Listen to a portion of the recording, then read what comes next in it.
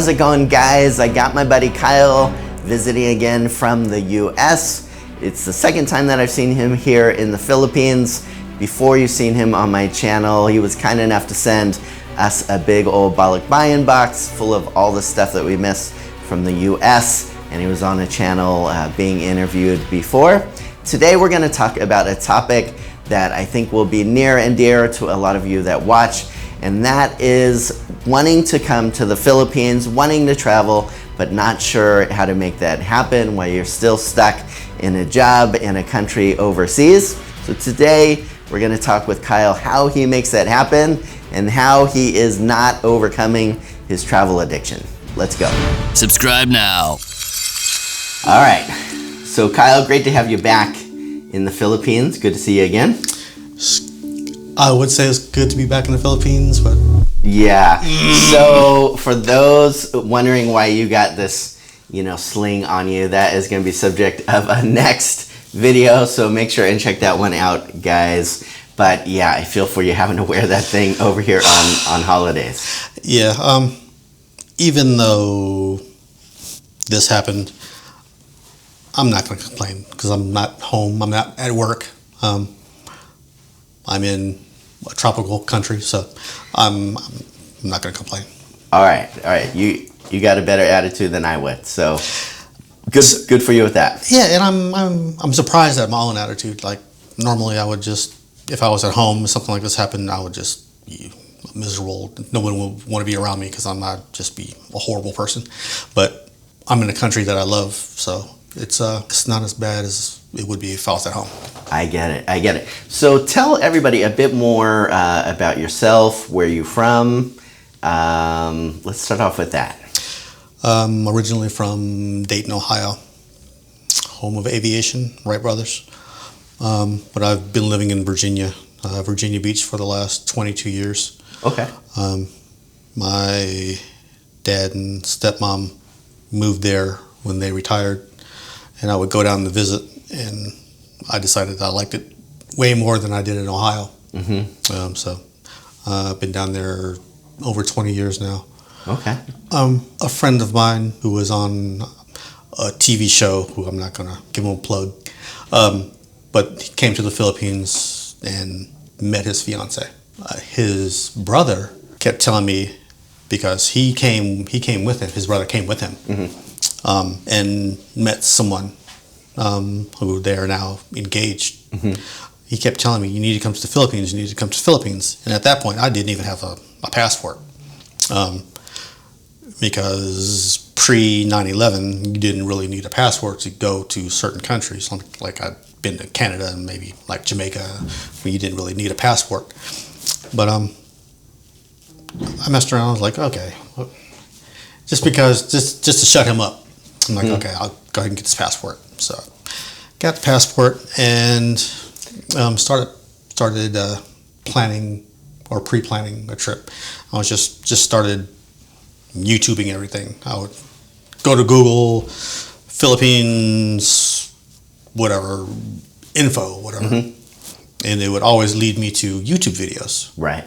So I started seeing all these YouTube videos of these content creators, making magnificent, just mind-blowing videos of not only the Filipino people, but the nature here. Mm-hmm. The waterfalls, the beaches, the lagoons, and I blew my mind. Yes. I was and guys, I got to say as well, so we'll put a little bit of a clip of one of Kyle's footages here, but he also does amazing videos, so you guys will have to check out some of his socials. I'll put in the description below. Thank you. Appreciate that. So this is originally what inspired you to start traveling? It is. 2018 and then again in 2019 came to the Philippines, and first of all, the Philippines was a place that I would say 5 years ago I would have never thought I would ever be here. Mm-hmm. And since then I've been to probably 12 other different countries that I would have never, as an American, you don't really think about traveling outside of the U.S. much unless you're extremely affluent.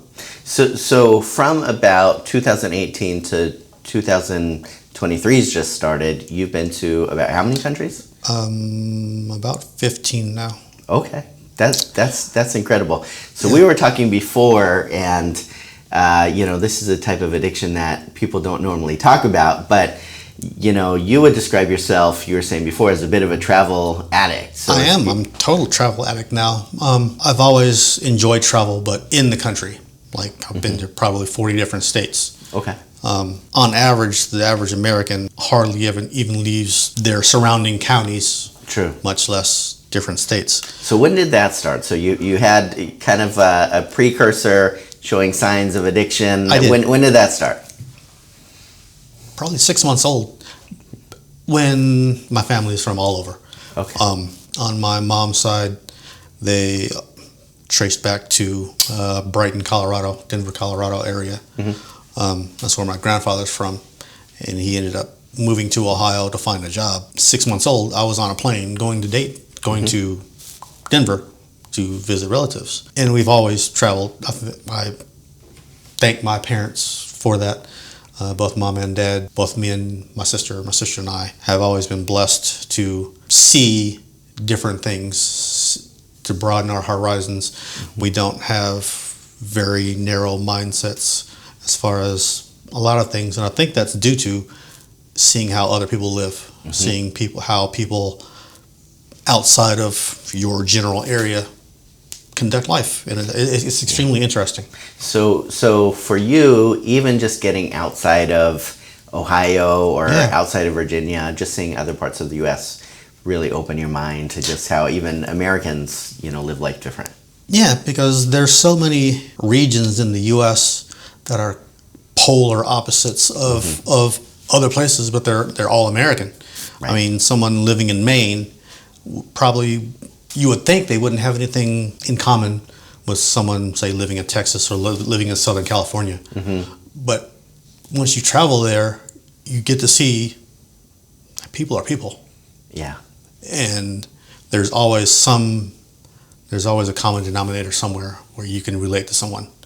Even if you have in your mind a prejudice, like you may think people who live down south are slow. But that's not the case. When you get there and you actually meet someone and you can see them face to face, it opens your eyes. You're like, okay, I've been wrong all this time. That's great perspective, because I think people will often talk about stereotypes or things like that of people outside of your own country, but it's really true. There's so many stereotypes of people inside of the U.S. or other countries itself, and I think so many people don't understand how much diversity there is in the U.S. Definitely in terms of even where somebody could live within a state. So I was born in Los Angeles, but I spent a ton of time in Northern California, both in small towns in the Silicon Valley, and same state. There's so completely much diversity. Different. Yeah, exactly. Absolutely. So you traveled a lot, kind of in your younger years throughout the U.S. Had you been to any other countries, Mexico or somewhere different? Canada. I think most Americans, if you have traveled internationally, is probably Canada or Mexico, because those are the two neighboring states. But I've been Jamaica. At that point, that was the limit of my international travel. Yeah.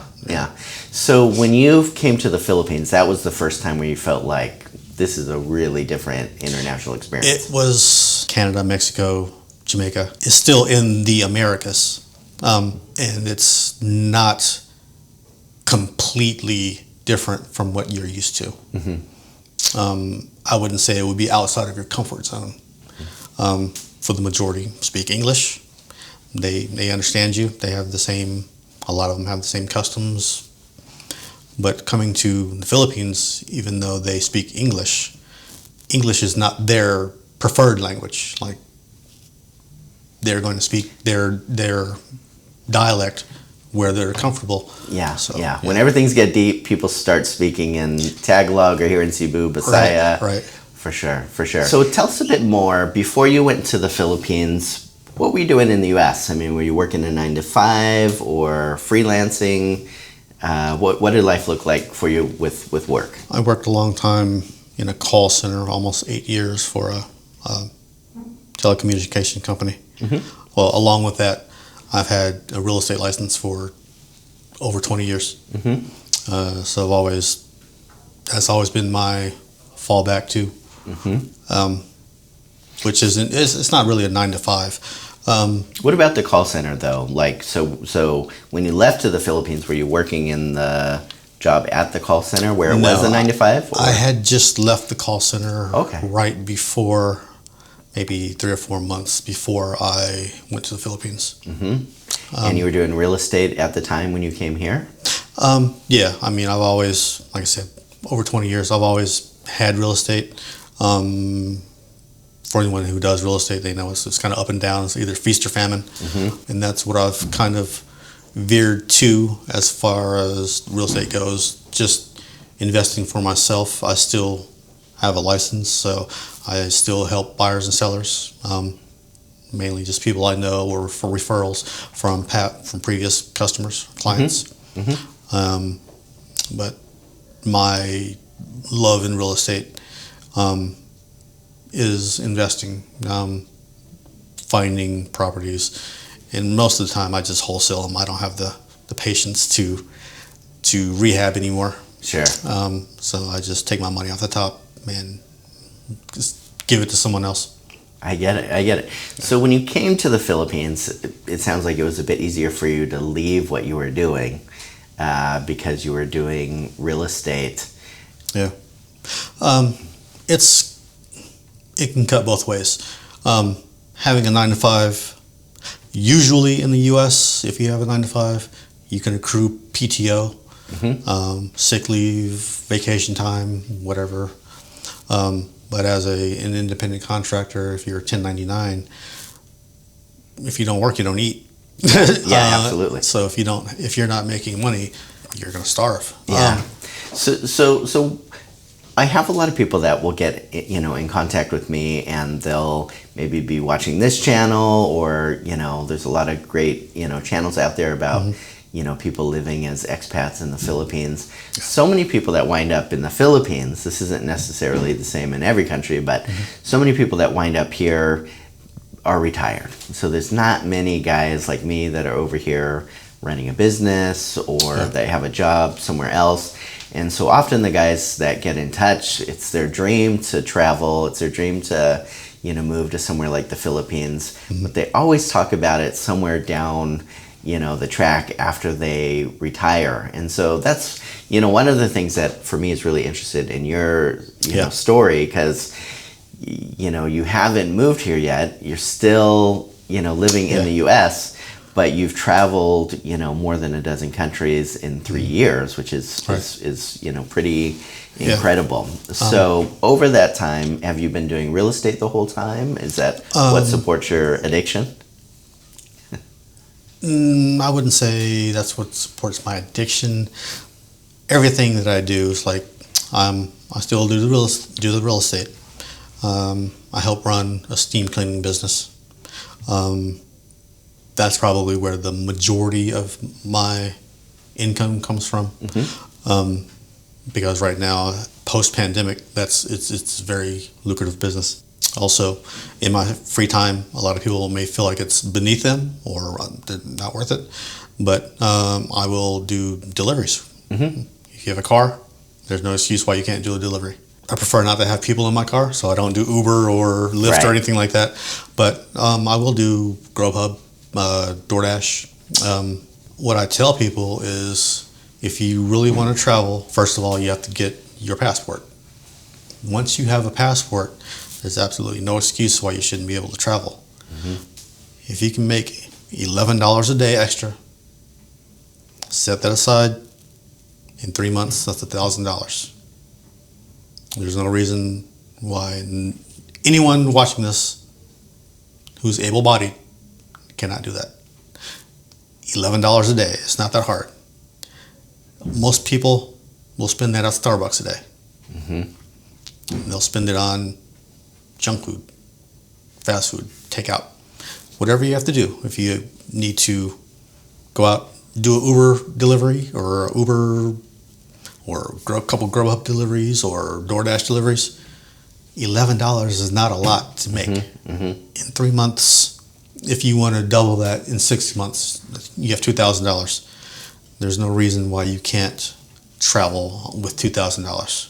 So even someone doing that can travel to 2 countries in a year if they wanted to. Yeah, true. Yeah, exactly. Two countries. Travel hack.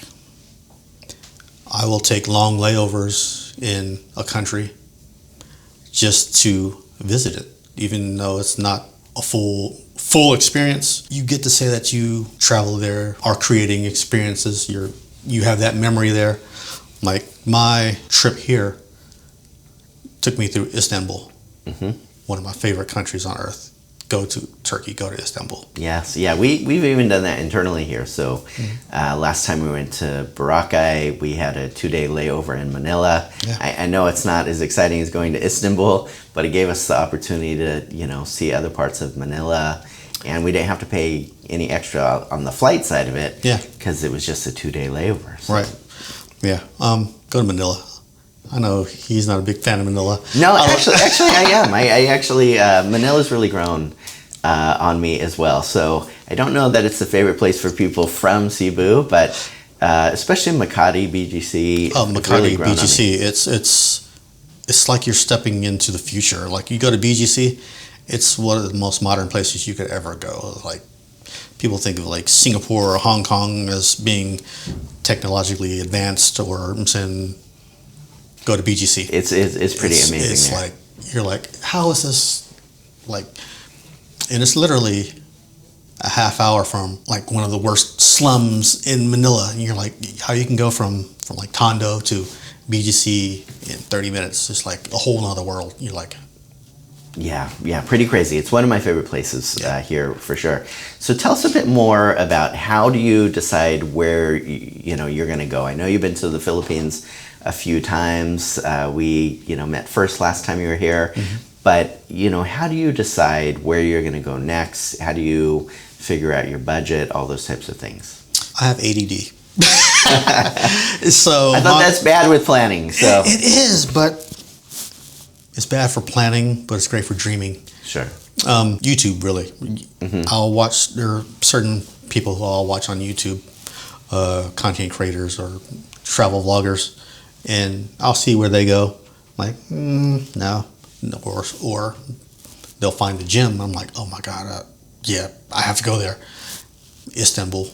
5-6 years ago, I would have never in my life thought I would be going to Turkey.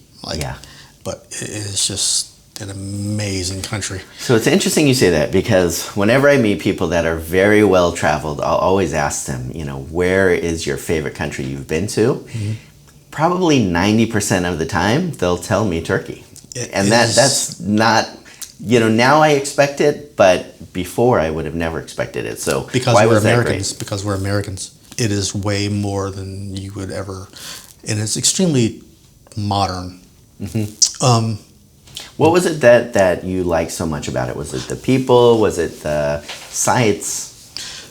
The sights. The sights are some of the most beautiful.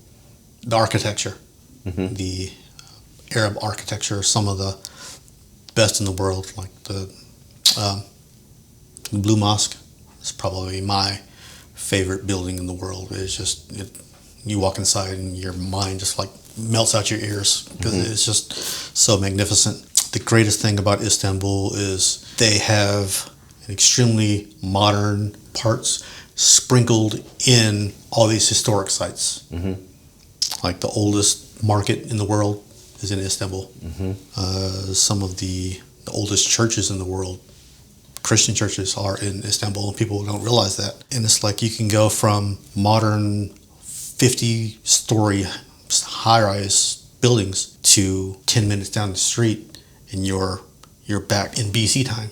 So that's the greatest thing. It's just the balance of the new and the old. Food is great. The people are friendly. A large population or part of the population can speak at least basic English. So you're not going to be trying to Google Translate what you need to everyone. people, you can communicate at least basic things. So that's always a help. Yeah, very good. So, watching you just through the eyes of your Facebook page, I'm always seeing you are here or you are, there. So you've traveled a lot of different places, but where have you traveled to the most? Philippines. Okay. So how many times have you been here now? This is my fourth time. Fourth time? Yes. Okay. In 3 years? About four or 5 years now. 5 years now. Okay. Yeah. So, your favorite place was, Turkey, but your most traveled place is the Philippines. So, you already saw it here, you got a feel for it here. Why come back here 4 times instead of just pick 3 more countries that you could travel to? There's never enough time to see everything that you want to see. Nature-wise. But surely it must be that way in other countries too. I mean, if you go there for 2-3 weeks, you're not seeing all of those countries either, right? No, but I'm a big nature lover. I love the geography of the Philippines. There are just so many mind-blowing places here that I want to see that I just have not been able to see yet. The places that I have been so magnificent that I'm like, okay, I need to see this. Sure. And if I traveled for a year here in the Philippines, I probably still wouldn't be able to see everything. Because some things you're going to enjoy so much, you're going to want to go back to those. You're going to want to rehash it. Like I've been to Coron, Palawan. This is my second time. The first time was just so like amazing, right? Yeah. So I mean, that's the reason why I keep coming back, because piece by piece, I'm going to eventually see everything that I want to see. Sure. So tell me what it's like. People talk about what it's like to, experience other cultures. You have to adjust all these things. But I think what a lot of people don't understand is there's the opposite side of that, re-entering into your own culture. So what's that like for you, when you leave somewhere like, Turkey or somewhere like the Philippines, and then you go back to U.S. culture? Is it just kind of used to it by now, or what's that experience like? I haven't figured out a way to get used to it. It just hits you like a ton of bricks. You're just like, okay, I'm back here. I don't want to be here anymore. It's like once your mind expands, it can never go back to its original state. The more information, the more things that you see, the more you want to see. And the ordinary life that you live becomes even more mundane than it originally was before you left. So, yeah. Right. So what's longer term plans for you? I mean, do you plan on always staying in the U.S., making an income there, and then traveling around the world? Or do you see yourself eventually finding a home base in another country?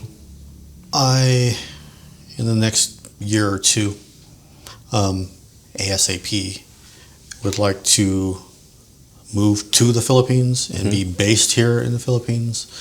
Probably Makati or BGC, make that my home base, and then still be able to travel around the world. But I want to be here in the Philippines.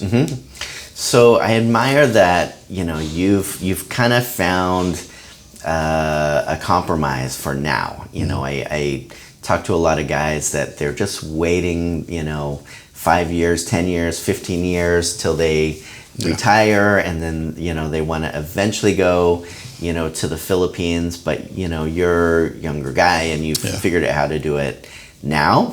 But would you say the main obstacle to you moving here today is just figuring out financially how to live here, since you're making the income in the U.S.? That's the main reason. If I had a way to make a sustainable living here in the Philippines, I would already be here. And let me just say to your viewers, stop being a voyeur. I don't know how to just do it. Just stop sitting on your couch, stop looking at all the YouTube videos and wishing. Like I said, $11 a day, 3 months, $1,000, do it.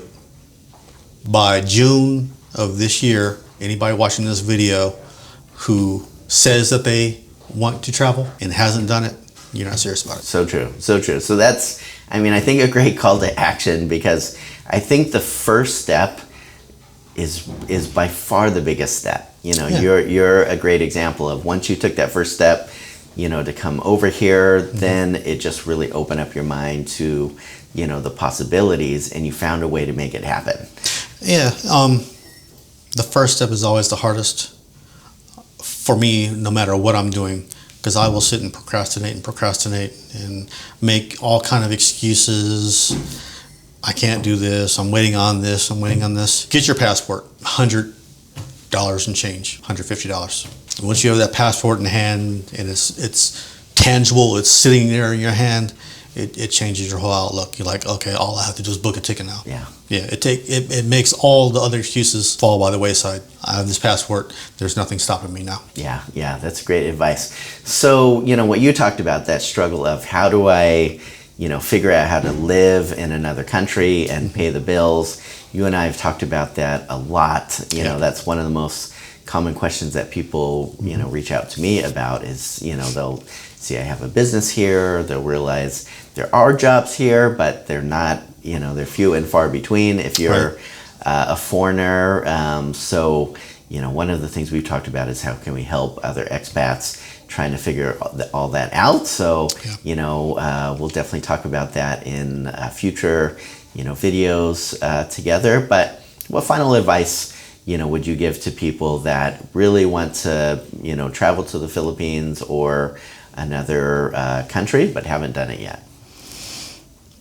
Ask them why they want to do it. If you can answer that honestly with yourself, why you want to do it, all the excuses that you make why you haven't done it yet will fall away. Once you have a passport, majority of the people who don't have a passport will not even consider, they'll say they want to, but they're not serious about it.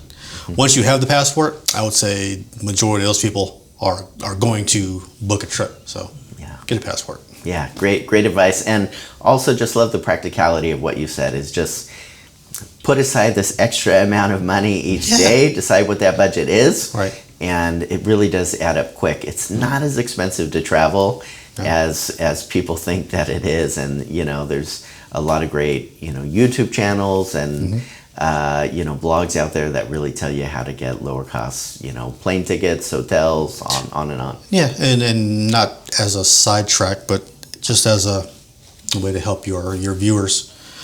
I've gone to Cancun, Mexico, one of the top destinations for Americans anywhere in the world, for less than $500. There's absolutely no excuse why you should not be traveling internationally. It broadens your horizons.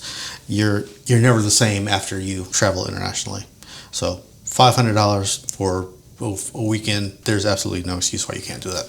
Absolutely. I'm sure people are going to have some questions for you. If they leave a comment below, you okay with answering those? Absolutely. Yeah. Awesome. Yeah.